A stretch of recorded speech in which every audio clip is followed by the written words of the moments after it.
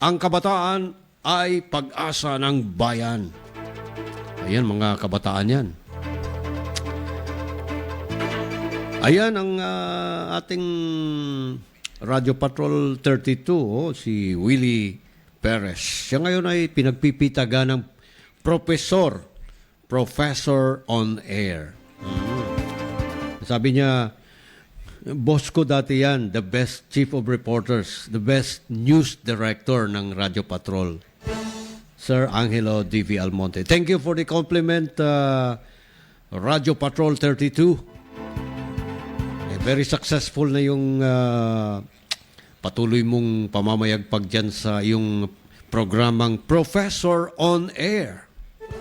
Every Saturday. Aba, halos hindi pumapalya pag namomonitor ko. Nababanggit mo rin ako. The feeling is mutual. Professor Willie Perez. Ang galing mo. Yan po yung aking naindak na reporter, Radio Patrol number 32.